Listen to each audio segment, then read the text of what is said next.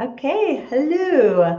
Today we're going to talk about a shame-free approach to healing and creating security within yourself. And she is the creator of S.U.R.E Parenting, and she also has a podcast, and that is called Reparenting Realm. And so I just want to welcome you, Sami, to talk about this concept of reparenting to heal yourself and doing it without all the shame and self-judgment. And I'm Erica, host of Powered by Joy podcast. And I just want to welcome you. If you are someone who feels stuck, frustrated, bored, just feel like you can't make change or feel empowered to make change in your life, we're talking about ways to make shifts, get empowered, bring more joy and adventure into our lives. And so that is a big focus on our podcast. So you're in the right place if those are things you want to learn more about. So we're all about finding lots of resources, and Sami is another awesome resource. So Sami, tell me a little bit about yourself Thank you so much. and what brought you here into this world of reparenting. Yeah. So I'm really grateful to be here. I'm so excited to be on the Powered by Joy podcast. Reparenting came to me out of necessity. I found that I had a lot of emotional triggers, things that would happen in my current day life. Instead of reacting at like a level 3 or 5, I would be reacting at like an 8 or 9 or 10. And I could tell that it wasn't quite a right fit, but I had no idea why. And so what reparenting allowed me to do was to create a safety within myself to look at those places that were really hurt and holding wounds from the past and embrace them and accept like, hey, all right, this thing is here. What purpose is it serving? How do I meet you where you're at and help you to heal that thing that has been held onto for so long and give me the space in my own current day life to react to what's right in front of me without the added baggage of the past on top of it.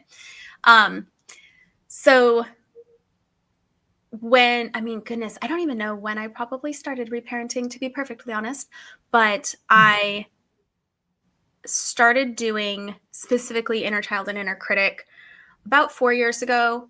And then I did an IFS training, which IFS is Internal Family Systems by Richard Schwartz.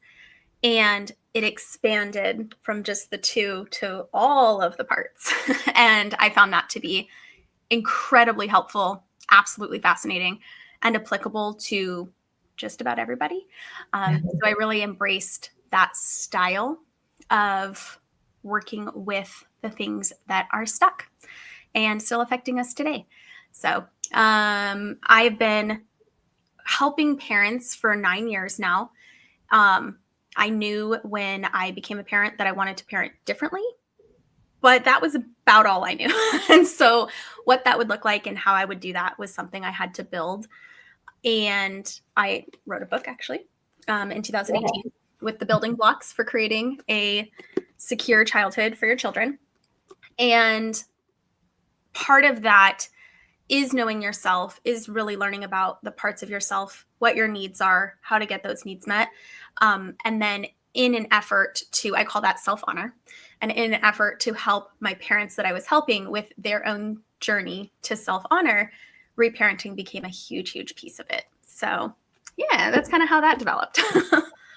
Out of necessity, which is usually how most of it happens, right?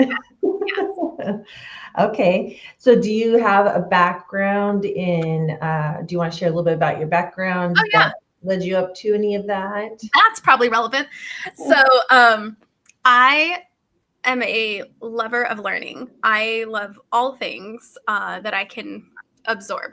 So when I was in school, I was studying law actually first, and I felt a draw to working with children even then. But in the legal system, often you're working after something terrible happens, and that wasn't quite a right fit for me. So then I went into teaching, which was also great.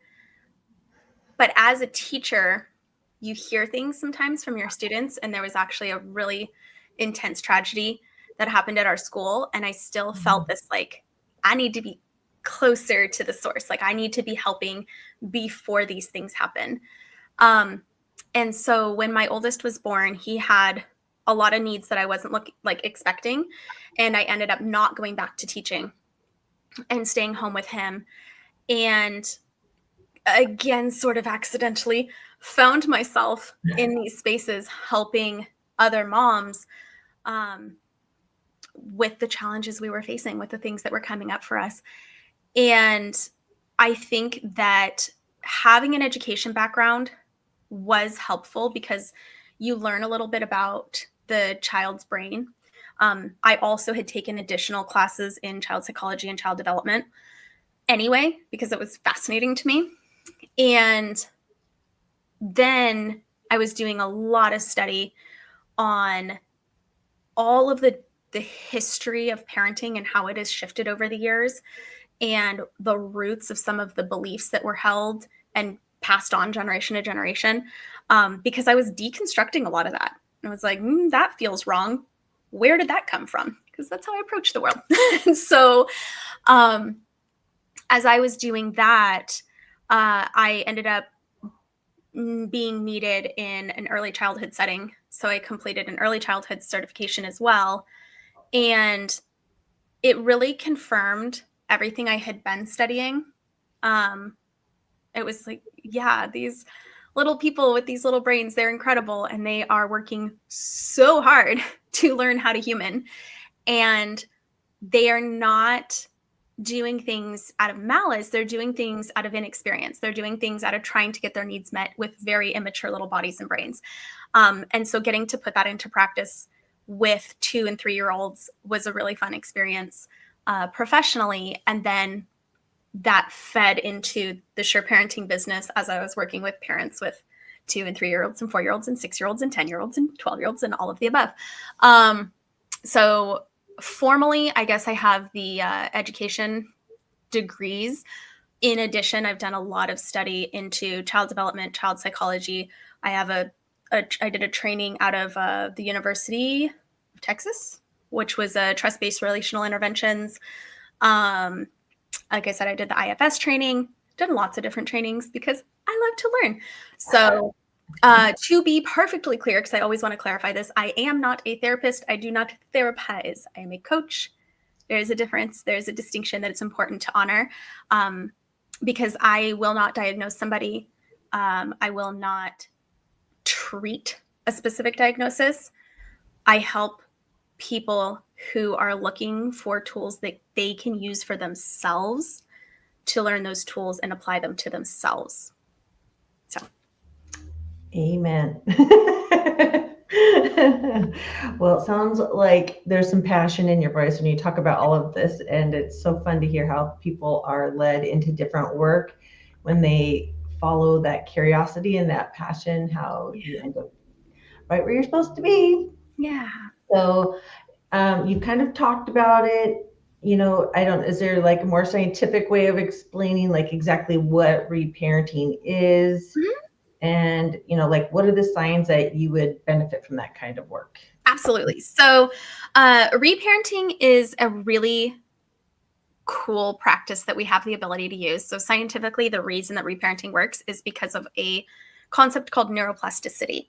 And what that essentially means is that the brain can change.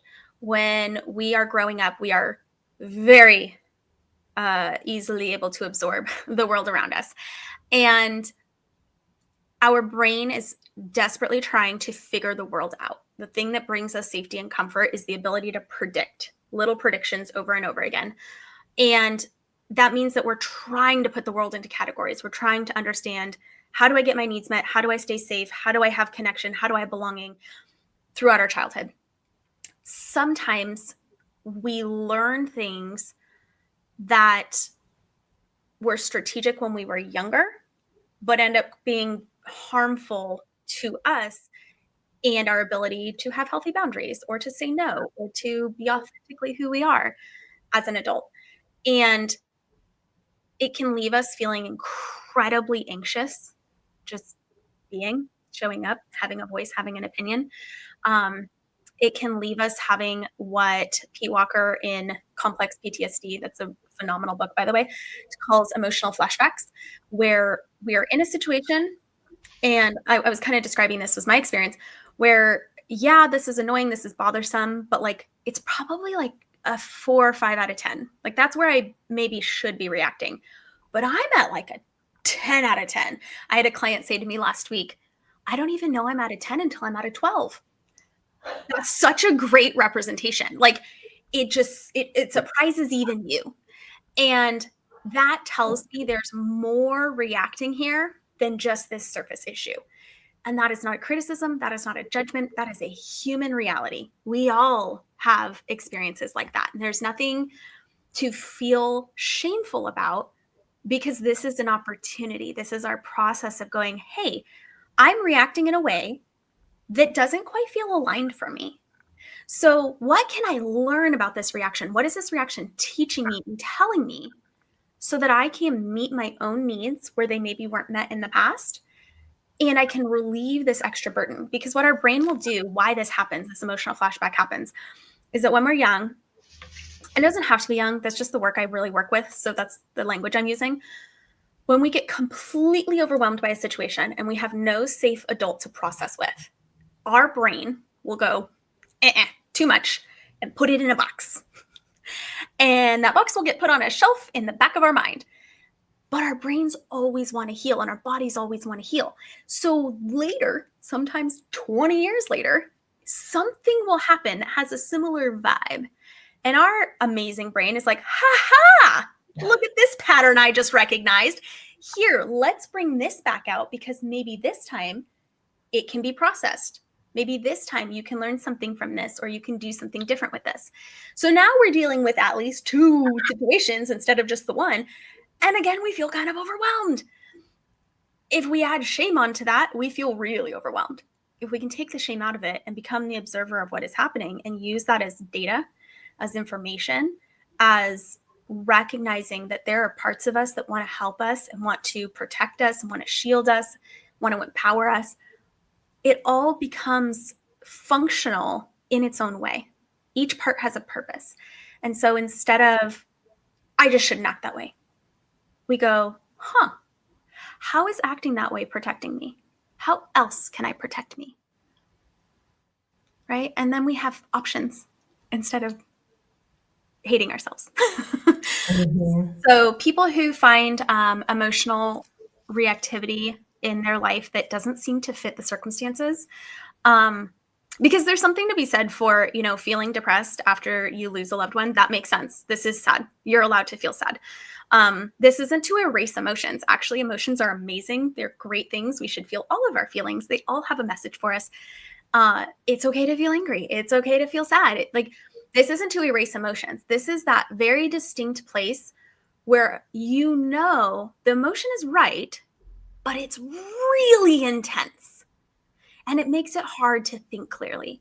And you would like to be able to parse apart what is the past talking and what is the present talking. Because the present, probably we could just resolve that. That past needs its own special attention. That's where the reparenting comes in. Perfect. Yes. In my episodes, I use a little different language, but for me, it's, when you're feeling like you're at a level 10 and you're like, wait a minute, this should probably be like a level 2, like it's not the end of the world, but my body's reacting like it is, like I'm in massive danger, like using that as my cue to get curious and go, what's going on here? Because again, I was same thing as like, okay, that after the fact, I'm like, no, that didn't seem quite right. So I love that you've put some language to it specifically, and teaching people to kind of work with that as a cue. Like instead of fighting your body on what it's telling you it wants to eat, or your emotions telling you there's something going on here, I used to fight that and like put it away even more, where now it's like, oh wait, this is actually me, my inner knower, trying to help me. Yes. Something. So, So what would you say are some obvious cues that you might be, not you specifically, but other people listening might go, oh, I could probably benefit from this? Yeah. So when we're experiencing intense emotion, it can be really helpful to just put your hand on your heart or somewhere in your body and go, how old do I feel right now? Many times we don't feel our age. I'll be 37 this year. And there are times when I'm reacting, and if I do that, I'm going, oh, I'm 12. And this is not a judgment and criticism. See, because I work with S.U.R.E parenting, right? In my world, we respect children, and there's nothing wrong with being 12. That's not an insult. That means that at 12, something went unprocessed. And that's okay, because we can process it now. And so then I will recognize this is a younger part that is coming up and who, hasn't been seen and heard in all of this time. And they're like, no, I will be heard now. And so their strategy, that part's strategy to be seen and heard is often, looking outward at a person being like, hey, you should see me. You should hear me. What really can only meet that need now is for me to see that part, right? It's for us to meet those needs that weren't met. When we're children, our parents have the opportunity to meet those needs for us. Once we become adults, the only person that can fill those gaps is us. And I do think that most parents give us what they can. And most parents did not have access to all of the things that we currently have access to. So there being a gap doesn't mean you had terrible parents. Now, you are entitled to your own feelings. If you feel angry, if you feel bitterness, resentment, if you had to go non-contact, that can also be valid. But I find a lot of people have a very hard time owning that there's a gap because they don't want to be disloyal to their parents. And I'm saying you can do both. You can love your parents, you can appreciate what they did for you, and go, they didn't have this tool to give me. I'm going to give it to me now. Yeah. That's that was my next question is like, can this be generational? Like, yes. Being someone who, this kind of work, is it being passed down? And so you're kind of touching on that. Yeah. Well, and it can be generational without even anybody knowing. Some of the things that I've been really fascinated by recently, I don't know who to credit this original quote to, but it was, just because my mother didn't break all the generational curses doesn't mean she didn't break any. And I have a client right now who is in her 60s, and it has been so fascinating to hear the things that her mom was very consciously like, I will not do this. My mom did this and I hated it. And so she broke that one, right? And then because of life and circumstances and other things, a bunch of them got passed down to mom, who's my client. And she went, I am not going to do these 3 things, right? And then her child didn't have that burden, right? So I'm getting to see this really unique spectrum because she has adult children. And it's incredible to see that in real time. I think that we often are really focused on our own experience, which is fair, and we should be. But as a coach, I get to work at each level. And so that's a really cool thing to witness. And we will have gaps with our own children. Please hear me when I say there is no such thing as a perfect parent. You will not get it all right. I will not get it all right. I've studied this for 12 plus years after my degree. We will not get it all right. And we will get a lot of it right because we are putting in the work and the effort and the intention. And our kids see that. And so whatever gaps we also create, because we're human, they will have the tools to go, hey, here's a gap, and I know what to do with it, right? We're also passing on that legacy. We're giving them that knowledge and that skill set by doing this work for ourselves. And that gives me a lot of hope. So yes, the traumas can be generational and they can be passed down, but so can the healing. Yes. I believe that when you do that work, it goes backwards and forwards. And listening to you talk, I'm just like, when you said just 2 or 3, like that mom was like, okay, these are the things I didn't like. And I was like, oh my gosh, I remember having those exact thoughts. And I'm like, so I just quickly, while you're talking, I was like, oh yeah, I can see the generations, like what they're like. There seems to be like a top couple rule important things that have, so, oh yeah. So I just have my own little aha there, like, wow, okay.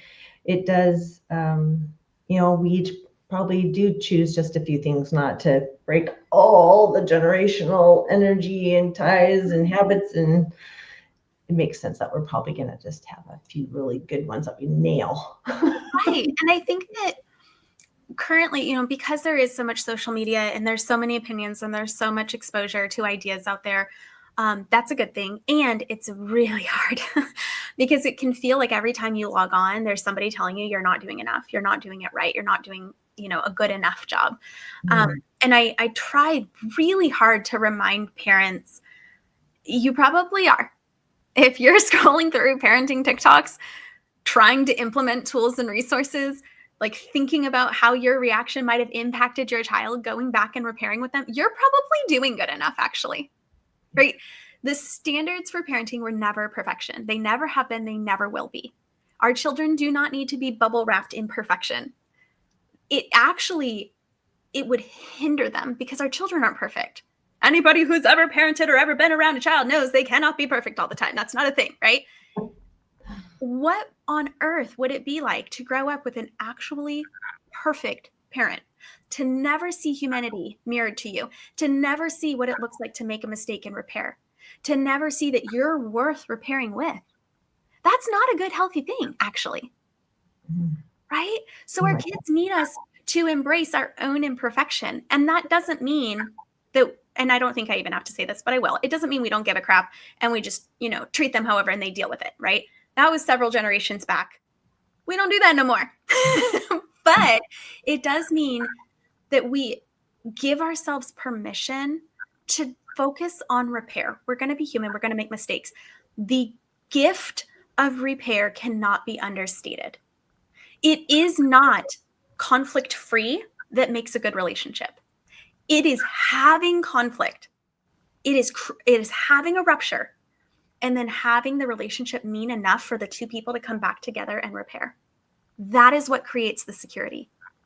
This relationship can handle our feelings. This relationship can handle our bad moods. This relationship can handle our mess ups.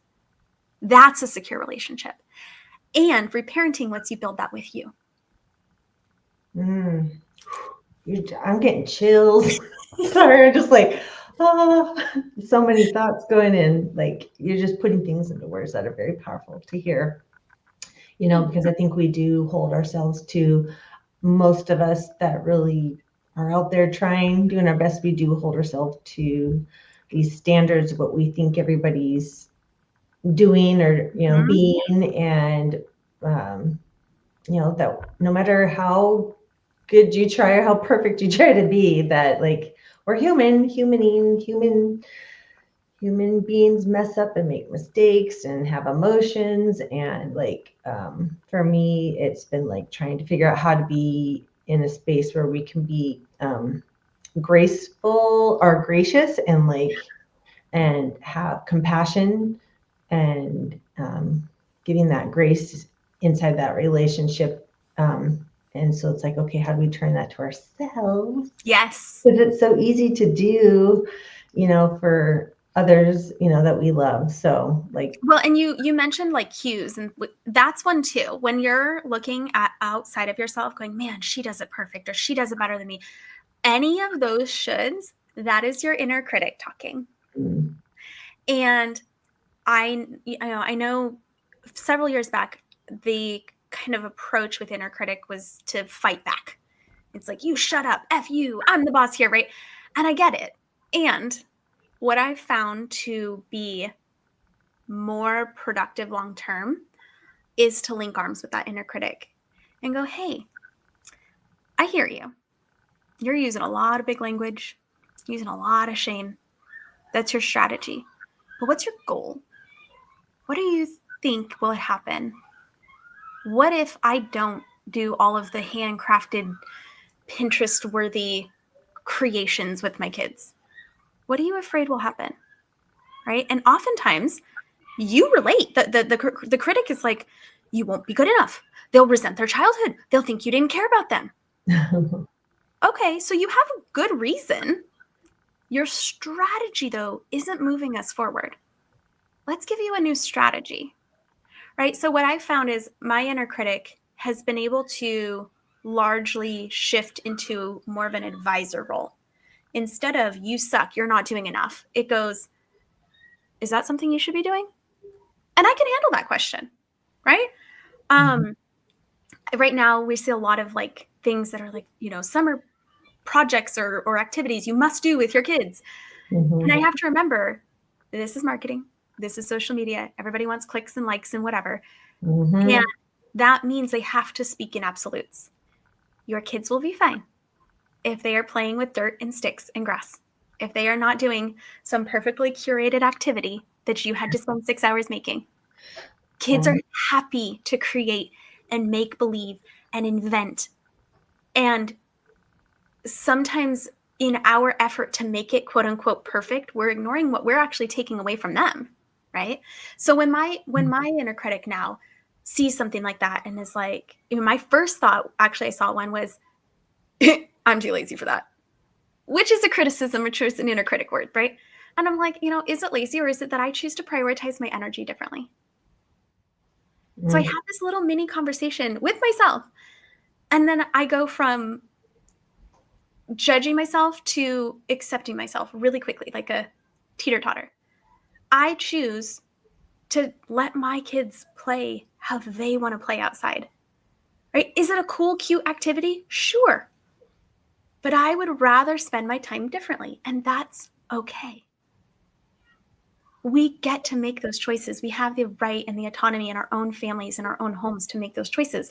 And that doesn't make you wrong if you love to curate the perfect activities and build things out. And like, if that brings you joy, our children getting to see us joyful is a huge gift to them. So if it brings you joy, you go all out. Do it, Mom.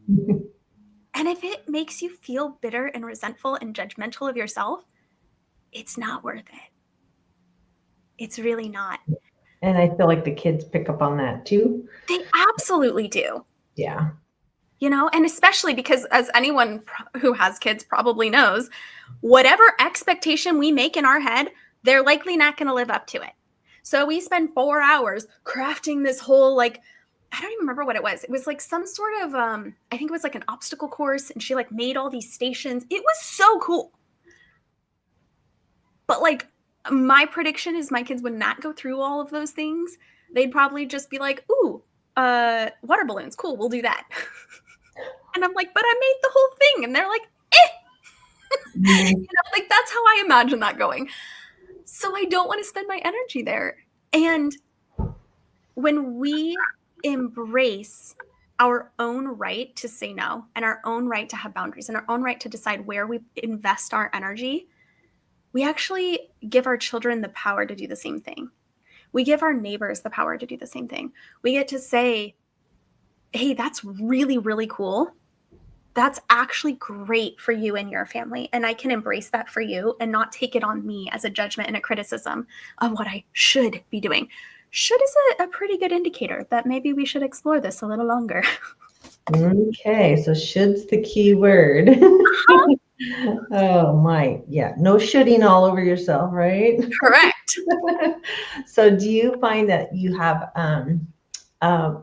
what is like a common client? Are you talking to certain age ranges the most, or men or women or parents or people that aren't even parents yet? Actually, all of the above. Okay, so my most common is moms in their late 20s to early 40s. That's my most common. Okay. As I mentioned, I have one client who's 65. I have one client who's a teen mom. I have had a couple dads. It is typically that kind of age range, but there's definitely outliers. I also have clients that don't have kids, but they are looking at their inner child and how to build security with their inner child. And that is its own type of parenting. That's why it's called reparenting. Yeah. And so in that context, we generally refer to it more as life coaching. than parent coaching. It just makes a little more sense. But what we end up typically focusing on tends to look very similar, because there's still this inner child that is craving the same needs that our children crave. Because we were that child. And sometimes it's even becoming aware of the needs that weren't met.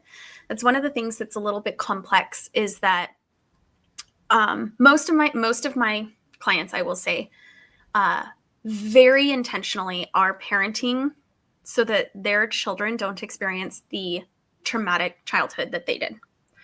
That is the most common experience I have. Every once in a while, it'll look a little different. And it'll be somebody who doesn't really look at their childhood as traumatic, but still has some of these anxiety responses, or really strong inner critic voice, or, really afraid to be seen or have an opinion experiences. And it almost feels like a mismatch. They're like, I don't know what's wrong with me, is something I hear a lot. And what comes to mind is this whole world of emotional needs, and that this is really the first generation that's talked about it, this generation of parents. Prior to this generation really putting a lot of time and energy into the emotional needs of their children, and seeing them as emotional beings with like valid feelings, though sometimes quite dramatized, because that's what development does to you. We really weren't considering children's feelings to be real things. Like 200 years ago, it was actually considered a sign of will that needed to be broken for a child to have feelings. So we've made progress regardless. But most parents these days had parents whose needs were not met emotionally, and who therefore didn't have the tools or the skills to meet their children's emotional needs. And that leaves us with these gaps that are very hard to pinpoint, because it's not a thing that happened to you. You don't have a memory of some traumatic thing. There was just this lack, this empty, this thing that just didn't happen. That is a lot harder to figure out, to parse apart. There's a phenomenal author. Her name is Dr. Jonice Webb, and she has 2 books that I'm aware of. One is Running on Empty, and one is Running on Empty No More. And after like 10 years in clinical practice, she coined this term, childhood emotional neglect. And she categorizes parents into 12 or 13 categories, from, addicts to workaholics to different things. But the biggest category is actually parents who just didn't have the skills to give. They didn't, it wasn't given to them. They didn't have it to give. They are well-meaning. They loved you. They loved you. They literally didn't know how to sit with your emotions. They didn't know how to handle big feelings, because nobody handled theirs. They were taught, don't feel that. So that's all they had to give you. And then you get into adulthood and you feel like you're a burden. You feel like you're too much. You feel like, you don't want to bother anybody. You don't want to ask for help, these kinds of things. And you're like, it doesn't make sense. My parents love me. They clearly love me. Why am I like this? And it doesn't require a finger pointing or a blame. It's just going, oh, okay, I have a gap.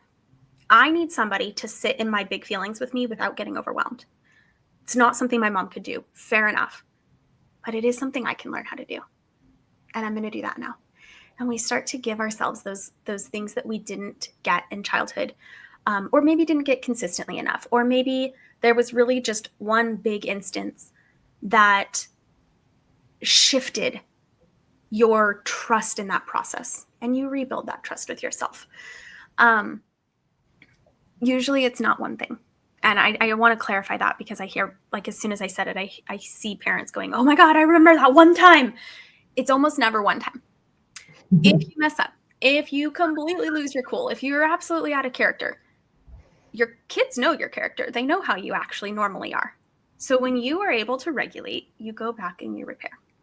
You're like, hey, I don't like how I acted. I know you don't like how I acted there. You deserve to be treated with respect. You deserve somebody to be kind to you. Even if I'm frustrated, that's my job, to take myself away and get a break until I can calm down. And children are remarkably forgiving. Remarkably forgiving. But most of the current parents never had been apologized to in their life. So it often wasn't something they knew how to do, right? So we have all the videos and all the reels and all the books and all the things teaching us how to repair with our children. And I love that. And we get to have grace for the fact that this is a learned skill. We're not going to be perfect at it. We're going to try and fumble, and then we'll try again. Because our kids will give us another opportunity to get annoyed. Right? I guess I see all of these things that a lot of people see as really negatives. I see them as opportunities. You know, when we act out of character, what a beautiful thing it is that there's a part in us that knows our true character and knows, hey, that's not you. That guilt, that like, ugh, I can't believe I did that. How incredible that your body is signaling to you that that is not who you are, that that's out of alignment. It is calling your awareness forward so that you can go fix it. I think that's beautiful. Like, it completely transformed my relationship with guilt. All guilt means is that was out of alignment. And if I am feeling unnecessary guilt, I can go, where was I out of alignment? And if the answer is nowhere, then that guilt is not appropriately placed. Okay. So at that moment, when you realize that, what is that next step? If you're like, oh, that wasn't appropriate timing for me to be feeling this guilt, what do you do? So I developed a pattern, a strategy of codependency growing up, and it worked well and it served its purpose. And then as I became an adult, I was like, hey, I should learn a different strategy. And that is one of my cues for that. And so I will go, okay, so in an effort to control how somebody else feels, I'm trying to assert all the blame to me so that I can fix it, make it go away, control it, whatever, right? And if I can recognize that, I can undo that. I can go, oh, okay, what part of this is actually mine? I did say that. Is that something I agree with? Am I uncomfortable because they disagree with me? Because they have a different opinion? Oh, you betcha. I still do not love when people don't like me or disagree with me. And yet I am on the internet, so that's bound to happen. And it's okay to feel uncomfortable feelings. All feelings are okay. So maybe I'll just sit with that and go, hey, you know, for a while, you had to be really careful who you ticked off. It could be really dangerous for you. At this point, in your 30s, is anything really going to happen? Or is it just going to feel uncomfortable for a little bit? Right? And so we're going to sit with that uncomfortable. I'll just sit with you. You're not alone. And I'll sit with whatever part that is. Sometimes it's a 7-year-old or so. That's just like, oh my gosh, oh my gosh, oh my gosh, oh my gosh, oh my gosh, oh my gosh. I'm like, I know. I remember that. I remember that so well. I believe you that feels really scary. I also believe you and believe in you that you're going to get through this. And I believe you and I believe in you is kind of a catchphrase that I use a lot. I use it with clients. I have clients use it with their children. I have clients use it with their inner children, because that is that balance of validating the emotions and also empowering that person to move forward. And so doing that for yourself, what happens in our amygdala when we sense threat is you get this little warning bell, right? And when you've been through traumas, whatever they are, your amygdala gets a little more sensitive and a little more sensitive and a little more sensitive. So it'll start firing off at things that are fairly benign. Every time that you listen to that anxiety and you hold yourself back, you don't do the thing, you don't say the thing, whatever it is, it goes, oh, okay, saved your life there. Good, good. Even if it was something as simple as like, going into a store. So it's cataloging all of these things as the same level threat.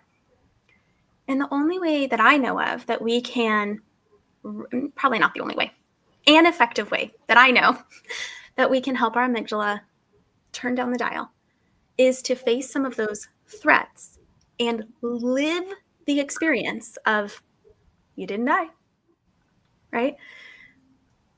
We walk into the store and we feel that flooding of anxiety of warning, warning, warning, warning. What are you afraid of? What do you think's going to happen? I'm right here in my body. My feet are on the ground. You can do the top 5 I see, 5 things I see, 4 things I hear, 3 things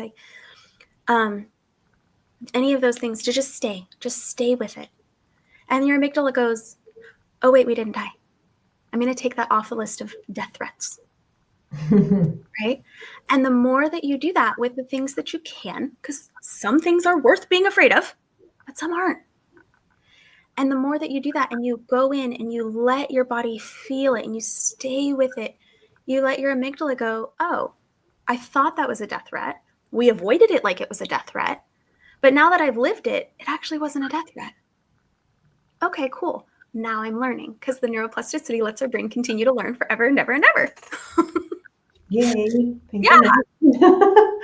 So there isn't like a day or a date or like age where it's like, yeah, you've missed the mark. It's not going to work for you. You can always do this work. You can always do this work. It's my favorite thing about it. I will say the youngest I've ever had do it was an 8-year-old. He had been bullied at 4 at a multi-age school system program. And these older boys, when he was 4, they were 9, they had kicked him in between his legs. It really hurt him. It made him really sad. It made him very scared of school. And he was remembering this at 8, and he was telling his mom about it. And she's like, I don't know what to do. And I said, I wonder if he wants to reparent this. Like, what do you mean? And so for a kid, it's very different language. But the premise was, what if you imagine that you today, this age, this guy right here, who's way stronger and way tougher, goes back to that little boy when he was 4, what would you do? And he told me, and he was like, I would tell them, back off, you can't hurt him. I was like, yeah, and you're strong now, and you can tell them that. He's like, yeah, and I'll make them. I was like, that's right, because you can protect him now. Nobody's going to hurt him ever again. And then he used a bunch of swear words, because little kids will let their feelings out with swear words, same as we will. He's like, they're a bunch of, called them names. And I was like, yeah. And you're just with them. You're in this moment. And then he's like, he felt so empowered. He felt so much better. And he was just like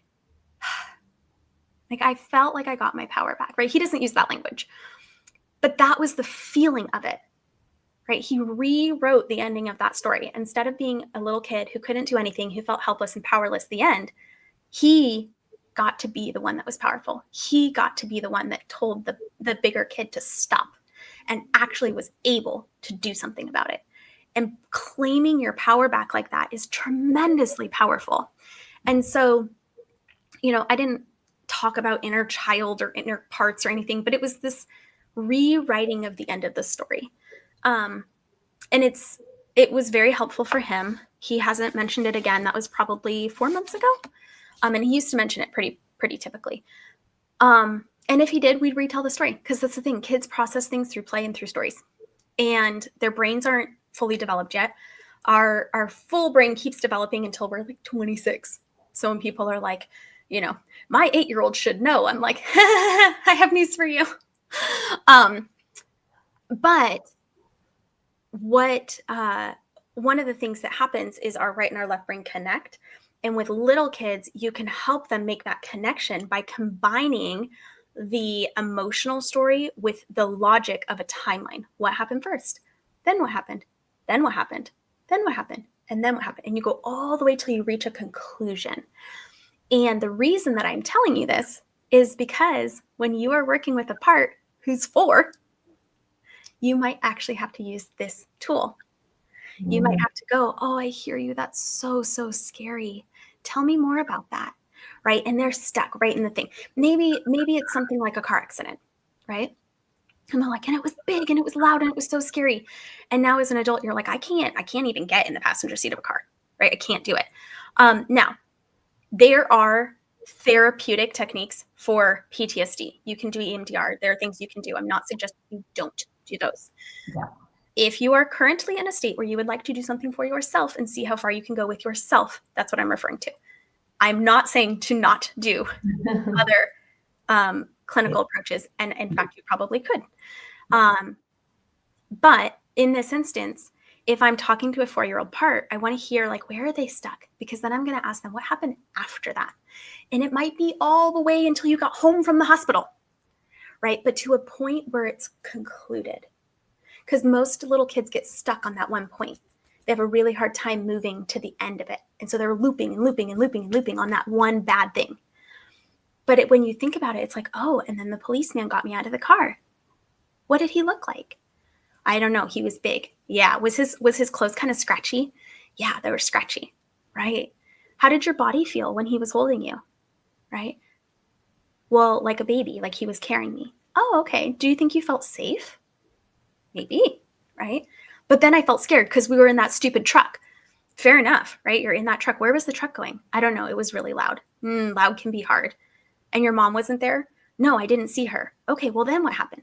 Well, then we had all the doctors. I don't like the doctors. Probably not. They were like poking you and prodding you and stuff. Yeah. And they still wouldn't let me see my mom. Right. And then what happened? Well, then after that, I heard my mom yelling, where's my son? Where's my son? I'm like, really? Where was she? Where was she? She was outside of the doors. And then what happened? Well, then she came in. And then what happened? And she gave me a big, big, big squeezy hug. Oh, so you got your mommy back. Yeah. What happened? Well, then she took me home. Yeah. Were you so happy to be home with your mommy? Yeah. What did you guys do? We sat on the couch and we watched cartoons and we drank hot chocolate. Oh, that sounds like a good ending. Right? So you can feel the difference where it comes to a conclusion. And I think that the reason we loop on the hard part is because that's the part where we felt overwhelmed. Right? And so our brain is still trying to figure out a way through that. And often these strategies that we use in real time with real 4-year-olds, we can use with ourselves and our 4-year-old parts. And it like all applies. And we get to give them that conclusion. And sometimes, here's the thing, I'm fully aware that there are a lot of stories that don't seem to have happy endings. Okay, I get it. Sometimes the happy ending is that 30 years later, this energetic presence showed up next to you and sat with you and bore witness to how much that situation hurt and told you you're never going to be alone again. Sometimes you are the happy ending, even if it took years to get there. Wow. You can be that. Yeah. You can be the healing, happy ending to the story. Wow. Sorry, took me another journey here. So, okay. So what would be first steps if someone wants to start this work? I feel like you really kind of touched on a whole bunch of things people can do. Well, let's just say someone's recognizing they're struggling with this. Like, is there, an obvious first place for people to start? Yes. So I have 2 answers to this. One, I'm going to plug myself. The Reparenting Realm is walking you through beginning this journey. Each episode has a little assignment at the end, so you can really start. It's brand new. I just started it because I feel like parts work should be accessible to everybody. So that's one answer. The second is to notice. Practice the skill of noticing. I personally prefer a journal. If you are like, you could not pay me to write this stuff down, all right, fine. We all are different. Notes app, like a voice collector, I don't know. I mean, maybe you can just do it in your head, but I find it to be a lot more effective if I have evidence of what I've noticed, if I can show my brain, look at all these things I've noticed, right? And so one is to actually just notice what you're feeling. It sounds so basic, but it is a type of mindfulness that most of us whose feelings were ignored or overridden, we kind of lose touch with that skill set. And coming back to that part of ourselves where those feelings are allowed to just exist, it empowers us to begin this work. Another would be to notice when you hit a 10 and you're like, oh, what happened there? Right? Getting curious, getting out your Sherlock's Holmes magnifying glass and being like, what were the parts at play here? What did I see? In my podcast, I mentioned picking apart.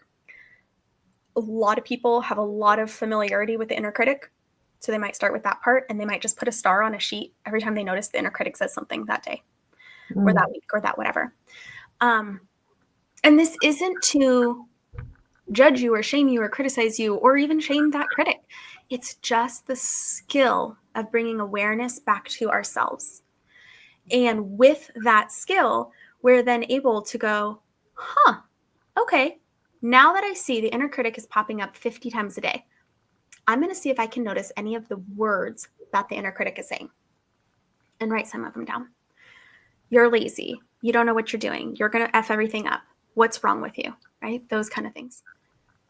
And then I'm going to go, okay, I'm going to pick one and go, if I assumed that there was some positive intent behind these harsh words, what would that be? What's your goal? What are you hoping happens? You're saying, I don't know anything. I'm going to mess everything up. What are you trying to protect me from? Or what do you think is going to happen after you say that? Right? Well, if you don't go out there and start talking, then you're not going to say anything wrong and then nobody's going to judge you. Okay, so you're trying to protect me from judgment, from other people like hurting me, hurting my feelings. I can appreciate that. And I'm curious, how old do you think I am? Because many of these protectors, this is very much an IFS concept. Many of the protecting parts were formed when we were very, very young. And they are focused on that part that they are protecting, that little inner child. So when you say, and I again do this in writing, partly because I like to write, but partly because it activates extra neurons in your brain to put pen to paper that are not activated when you're just thinking. So I'll write, how old do you think I am? And it might be like, I know you're 3. I see the challenge. Because yes, if a 3-year-old was getting on the internet and speaking their mind, that could be actually very dangerous. I'm 36. I'm about to be 37. So what does that tell you? What's different with me being that age? And it's like, oh, maybe you can handle that. Like, right, maybe I can make that choice for myself. Maybe I can choose to accept that risk. Right? And sometimes I will have a little what if monster. What if this? What if that? What if this? What if that? And I have 3 strategies for what ifs. Let's see if I can remember them. They're on a worksheet somewhere. Number 1 is to just answer the what if. What if somebody criticizes you? What if they do? Then they will have said something nasty in a comment. I will likely feel anxiety in my body. And I will feel it until it dissipates. And then I will move on with my day. If it's really nasty, I'll probably block them. Okay. All right. So just answering it. Another one is to follow the what if, right? So it's sort of this like rabbit hole concept to the worst possible outcome and then bring it back around. So in this instance, what if somebody criticizes you? I don't know. What might happen? Well, what if they say that you don't know what you're talking about and you're an idiot, and then they call the state of Idaho and they try to close your business, and your family can't pay their mortgage, and you end up homeless. Okay. So if I do a podcast interview, I'm going to end up homeless? Because when you pair the first part to the second part, it starts to sound ridiculous, right? And it's like, well, no. Oh, okay. So now this is diffused. And then the third way is to just flip it over like you're going to flip a coin. What if somebody criticizes you? What if somebody compliments me? What if somebody says you don't know anything? What if somebody is like, holy crap, this is so helpful, right? Our brains have a negativity bias. They need to look for threats. But we can also look at positive outcomes because those can happen too, right? It's just as likely, sometimes more likely, that the what if on the positive is going to happen. So why not give it that some attention? And those are my 3 different ways I handle what ifs. In my body, it feels a little, the critic is like attacking me, whereas the what if monster is literally, that's its keyword, is what if, what if, what if. And it's more of an anxious feeling than a personal attack. So they're different in my body. And that's the thing with reparenting and parts work, is that it's honestly different for each person. And there's not really a right or a wrong. So when I'm talking about these things, just because I handle it one way doesn't mean that that's what your body needs. And that's part of what I love about it, is that you get to truly honor you and your needs. So, Yeah.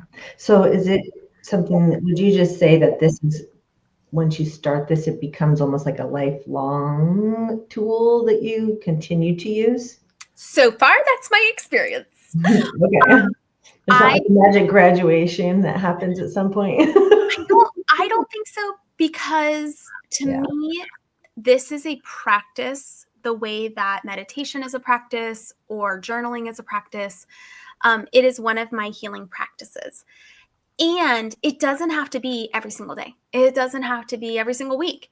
I think it's helpful to tap into your parts and let them know, like, hey, I still know you're there, particularly your inner child. Mine at least wants to know that she's remembered and I haven't forgotten her.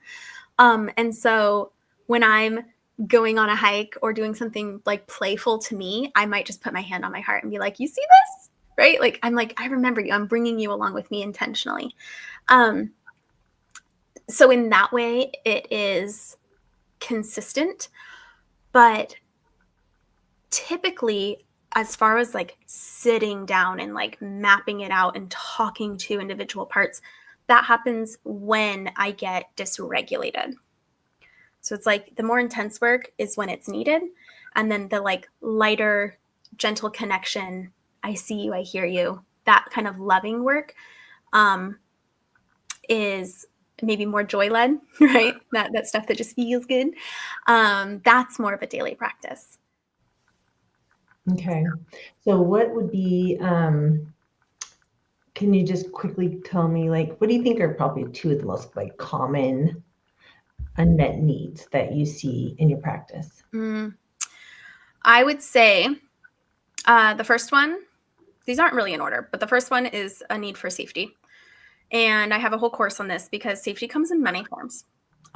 There is physical safety, which everybody kind of understands, and that's usually where we stop thinking about it. But there's also emotional safety, there's relational safety, there is mental safety, which is like why we do the work to stop our inner critic from berating us, because that's not a very safe feeling. If you are constantly telling yourself that you suck, that does not feel very safe mentally, right? And there's spiritual safety. And sometimes we can't change certain things. We can't necessarily change, that we lost a job and we're struggling with money. So in that event, that physical safety or mental safety, because that kind of plays into both, might be under threat. Then how do I add to that other forms of safety so I find a little bit of balance?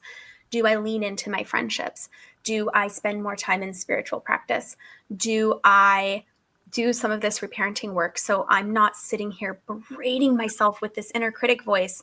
I am turning that inner critic voice into an advisor going, hey, I know you're exhausted and I still need you to go and put in some applications today. If I can soften the load elsewhere, it's easier to face the unsafety in the things I can't change. So safety would be the first one. And then the second one, I believe, is really, it's a combination of 3 things, but it all has the same feeling, if you will. It is being seen, being heard, and being understood. So it's this, like, I don't know, whatever that I'm doing with my hands comes together. And so when I'm working with any part, that's my first goal. I see you. I hear your concerns. I understand that you are trying to help. I can even see why this strategy was developed in an attempt to help, right? That's first. And from there, we can start to tweak strategy. We can start to, open up perspective. But it's the same thing I do in coaching, right? I can see where this child is coming from. I can see where this parent is coming from. And if they can feel seen and understood and heard, everything softens. Then they can receive perspective or coaching or ideas or whatever. But that being seen is part of safety.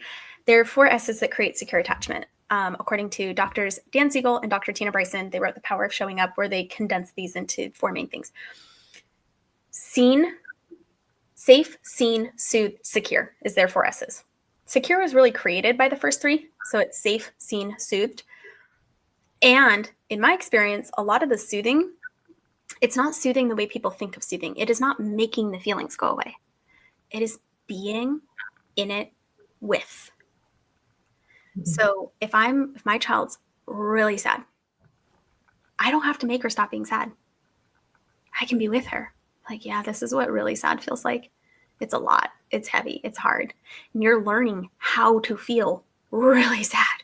And I'm not going to go anywhere. I believe you that this is really sad. And I believe in you that you can feel hard things and be okay. I'm not panicked. I'm not overwhelmed. You can rely on my regulated nervous system, even though yours is dysregulated. And by being in my body and being with these feelings, whatever they look like, you learn, oh, I can do sad. I can do that. I can do grief. I can do anger. I can do hard. I can do these things because I've learned how, because I've done it in the presence of somebody who is safe. Right? So the safety and the seeing creates really the soothing and the security. Does that make sense? Totally. Safe and seen. Yeah. No, it does make so much sense. And I just think about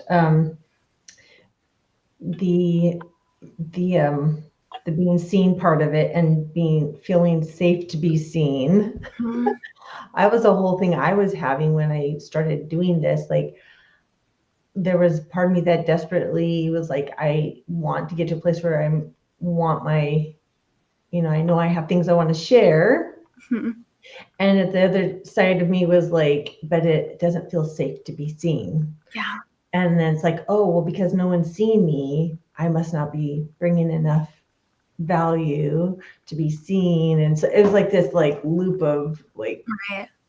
Manifesting. I was like, oh, okay. So hearing you talk about, creating that safety in different ways and leaning into other areas also seems super logical and helpful. So I am totally going to be reading your book because I have not read it yet, but I will be. Awesome. Yeah. Okay. So I asked you about that. And then I just wanted to say, have you ever noticed this affecting people's health? Like when they've started to do this work, has it changed anything that they've maybe been struggling with? I can see how this might be something that a byproduct of doing some of this work might ease some health frustrations people have. Absolutely. In a couple ways. And actually in maybe one unexpected ways. Sometimes it gets worse before it gets better. And I think that was my experience because I was so used to not listening to my body at all and just pushing through and doing what I had to do and going through my checklist and always keeping myself super busy and distracted, that when I started to really turn inward, I actually really started noticing things that had probably been a problem for always. But it was like, oh, you're here now. Like it was a lot. And so I respect when people need to titrate, when they need to do just a tiny bit at a time. I respect that. I don't judge that. I'm not somebody that's going to push you to do more than you're ready to or comfortable doing. But one thing that I do think is I've seen sleep significantly improve. And when your sleep improves, everything improves. Muscle tension and tightness, even like digestion can improve because a lot of us hold anxiety in our body and we don't know it's anxiety. And so we're like me, a lot of us is me, we're eating to quell this kind of like uncomfortable, nauseous feeling, but it's not a hunger. It's like an emotional feeling, and we don't recognize it as such. So we're just trying to push it down again and again and again. And like biologically, a full stomach presses on your vagus nerve, which is soothing. So there's multiple components. Plus there's dopamine receptors in your mouth, and there is proprioceptive sensors in your jaw. So chewing on things, crunchy things in particular, provides a sensory soothing component. So everything is strategy, right? Our brains and our bodies are trying to strategize and trying to be safe and trying to heal and trying to cope. And when we stop judging things as bad habits, and I'm sure there's exceptions to everything, but I really try to stop judging things as bad habits and look at what function is this serving? And is there another option that would serve a similar function and have less negative side effects? Right? And this is what I do with children. My 2-year-old's biting. Well, 2-year-olds learn about the world with their teeth and their face and their mouth and their hands. They're little animals, like actually, and they learn about the whole world like this. So if they need to bite, this isn't just about stopping them from biting. It's about understanding those proprioceptive sensors. It's about understanding they have no impulse control because that part of their brain is not developed. And it's giving them what they can bite. What can you bite safely to get that release, that like, oh, all that tension is out of my body, right? And you start there, and then you give them a step that's right next to it. Can you grrr instead of biting? And then you move slowly towards that regulated adult, like, man, I'm feeling frustrated response. But you don't jump to that. Yeah. Right? There's such a large in between. And so I do that with children, and I do that with us as adults who are using all of these different coping strategies. What is something else that also provides relief and meets some more needs and isn't necessarily interfering, right? It provides relief to me to scroll on my phone and get my dopamine fix, but it impacts my sleep. So what else can give me dopamine that isn't harming my sleep? Reading romance novels on my Kindle, right? They're kind of like candy books. Like, I don't have to think that hard. They're relaxing. They're dopamine filled, but they are not going to keep me up till 3 a.m. And that's just for me. That doesn't have to be for anybody else. But it's that kind of thing when you take the shame out of it, instead of just stop, it is, what purpose is this serving? How else can I meet this need in a way that meets other needs too and doesn't cause harm?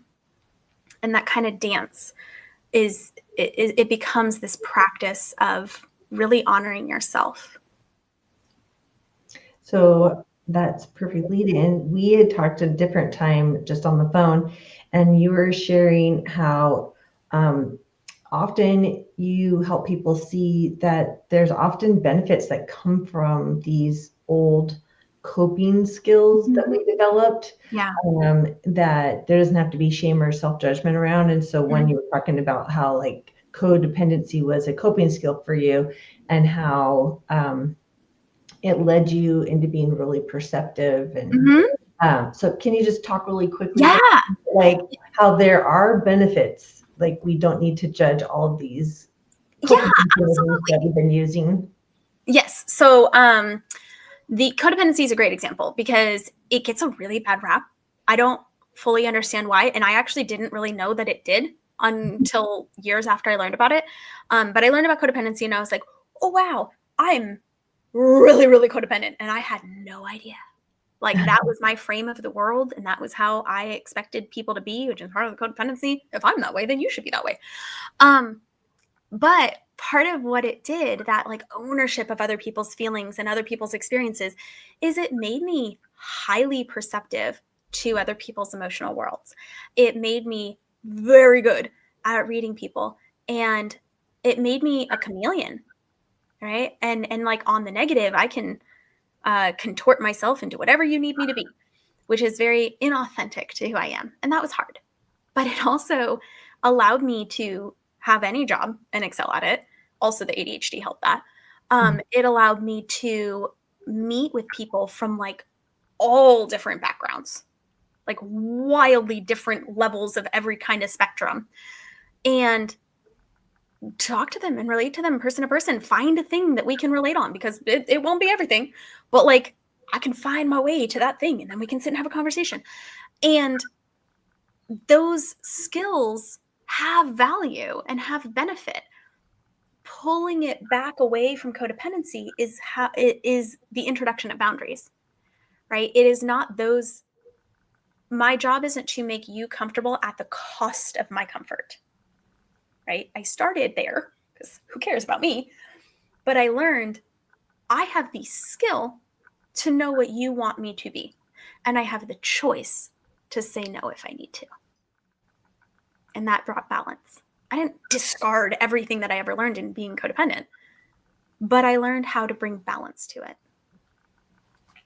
Yeah, and I think when you get that awareness, and then as soon as you realize, I feel like this is something I talk about a lot, is that as soon as you realize that in every moment we have a choice, whether it's the meaning we assign to something, it's how we choose to respond to something, the words we use, the feelings we want to feel, like that in itself, that we have choice at all does give us power. And that we're way more powerful than we give ourselves credit for.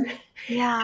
So I love that you choose to also see the skills and the benefits that came out of that tool. And I think a lot of us, as you said earlier, our brains are wired to look for the negative survival. But when we can take some time to like really go in and like have some gratitude for like that little us that developed these skills and came through it, and like what are the benefits that came of those, like what did it make me good at? And it's powerful to take time to like kind of pat yourself on the back and recognize some of the good that's come out of some of your struggles or things that you perceived previously bad tools or habits. Absolutely. And it reminds me, I want to say this, like we in the healing community, we tend to look forward at like what's left to heal and where else can we heal and what else can we do, and we look that direction.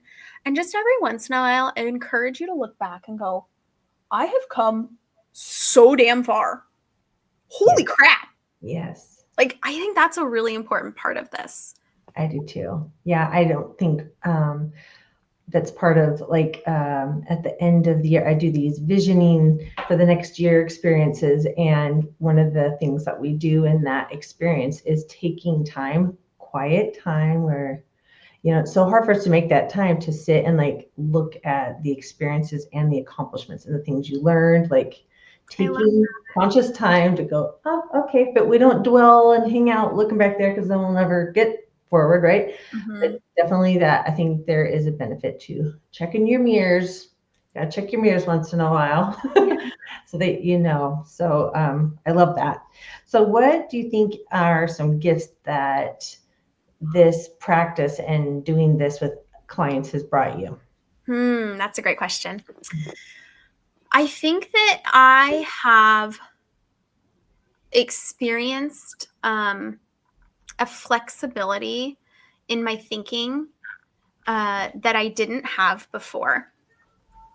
And I think that having the ability to take what I used to categorize as all bad and again, just bring balance to it. I don't have to, and I will never tell somebody like, you should be grateful for your trauma. Like that is unconscionable to me. I would never try to project that onto somebody else. And I get overwhelmed staying in sad, heavy, dark. Like I don't want to do that. So this allows me a path to go, okay, the sad, heavy, dark exists. And there's something maybe positive or uplifting or hopeful within that same context. Or even wisdom gained, even if it doesn't feel positive and hopeful, you may have learned or gained some sort of knowledge. Yeah. And I don't think sometimes people will translate that to be like, oh, well, this had to happen to me or I wouldn't be who I am. That's not my take. My take is I am who I am. And because of that, I have taken these things and alchemized them, right? I could have still been a helpful, loving human being without being traumatized. Like I genuinely believe that. And that was my experience. So I am choosing to use my experience to be a safe place for people who otherwise wouldn't have a safe place. And I teach them how to be their own safe place. And in doing that, I am making the world itself less likely to continue to traumatize children, right? Which is this gift back to myself, right? It's like, that's my happy ending. I have these memories and these stories where I'm like, man, that just sucks. There's not really a bright side to that. And yet that girl became this woman who is determined to keep pouring love and light and hope into the world. I like her. This leads me to my favorite question I ask everybody, and that is, what is your personal definition of joy? Because it might be tied to this. Yeah. I could be wrong. My personal definition of joy. Goodness, there's, let's see. I think that being in alignment with my values, bringing light to experiences, to the world, and it can shift, right? So joy can be cuddling with my kids. It can be gardening. It can be learning something new. It can be going on an adventure. It certainly is meeting new friends. But it's the feeling of being in alignment with my values. And I think that was a hard one thing to even know who I was, because I spent so much of my early years just pretzeling myself into what people needed me or wanted me to be. And so by becoming me and allowing me to be me, and then every time that I feel like deeply aligned with who that is, that feels like joy to me. I love it. I love it. That is amazing, because everybody has such a different definition. So I love to ask that. So if someone wants to start this and they want resources, just let us know, like, what are some good resources? Tell us about tools that you offer, or or point people to, and like, also just tell us also what you're like currently working on or want to share with the world that you want us to know about. Yeah. So my website is SureParenting.com, and my Instagram is at SureParenting.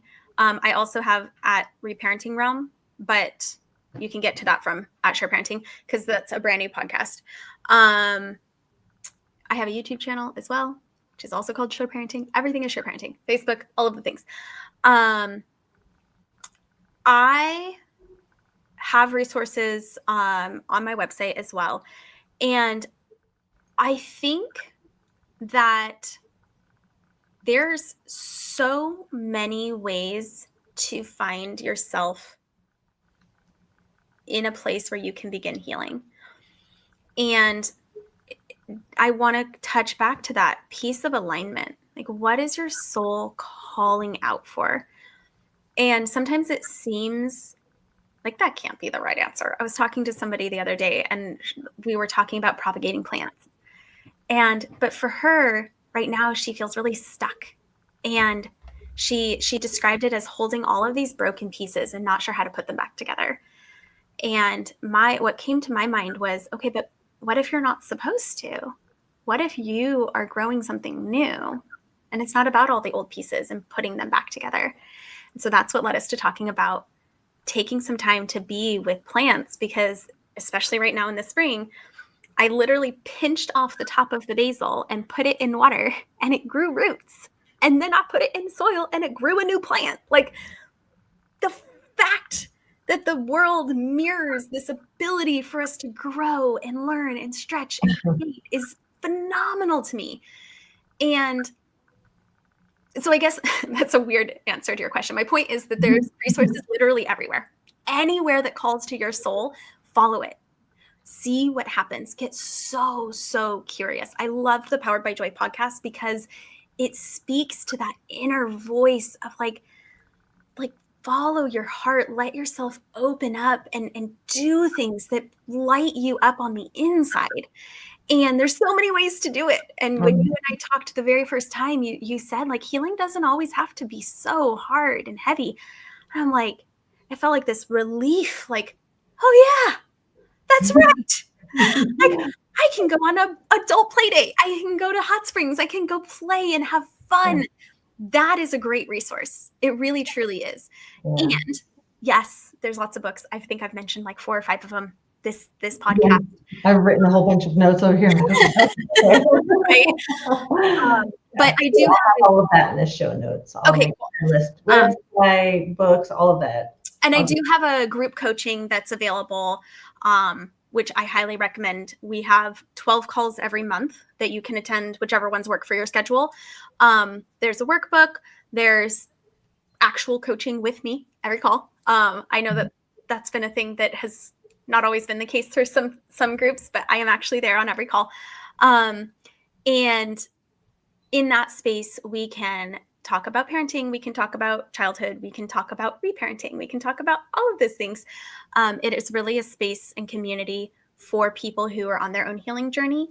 And it's just been such an incredible experience to surround yourself with other people who have those similar goals and values and want to uplift you. I think that's one of my favorite things about that. Yeah. And just to clarify, this is for people who have children of all ages or even before. Yep. Even before, if you're like, I would like to heal some of this before I have kids, you are my hero. Yeah, that, or even if you have adult kids and you're like, okay, you got grandparent kids coming along and you're like, this is another opportunity to show it differently. Yes. That's big for me is like, as I'm having more grandkids, like trying to reflect back and go, okay, this is my opportunity to show up differently because I didn't have as many skills while I was raising them, have to own that and, make repairs here and there. And, but, so I think even as a grandparent, especially like this, it can be a really useful tool because there's a lot of us that did not get tools and and they're out there now. So we can talk differently as grandparents. That has been one of my most surprising and like heartwarming type of client is grandmothers that are like, hey, I am actually open. I want to learn and understand. And like, I have questions. Like, this isn't how we did it. And I have no problem with that. Please ask questions. Like, that's beautiful. That's how we learn. That's how we receive the challenge in our own mind and we answer it. It's that what if, right? It's okay, no big deal. Let's answer those questions. But I have grandmas sometimes join I have a free Facebook group. I don't think I mentioned that. It's called Empowering Parents to Uplift Kids. And I will have grandparents join and they're like, especially when the children are neurodivergent, I think it really calls the grandparent to think in a different way. I have neurodivergent children. I'm neurodivergent. I work with a ton of neurodivergent families. And it is one of the most incredibly beautiful things I have gotten to witness is grandparents willing to go, I mean, I could learn something new. It's my favorite. It's my favorite. Yeah. Well, we never get too old to learn and rewire, the brain. Yeah. So I love that. Okay. Well, we will put all of the resources. There were a ton. So we'll just put in all the resources in the show notes. And I just want to thank you so much for giving me this time and sharing your knowledge. And like, I feel like this is my own little private session of ahas for myself too. So I have so many notes for myself. So I love that. So just thank you so much for that. Thank you so much for bringing me on and letting me talk about something I love so much and so near and dear to my heart. Yeah. All right. Well, I'm sure we will be talking again. Yes, we will, because I will have you on my podcast. Yeah. Both of them. Because you are brilliant and I absolutely love having these conversations with you.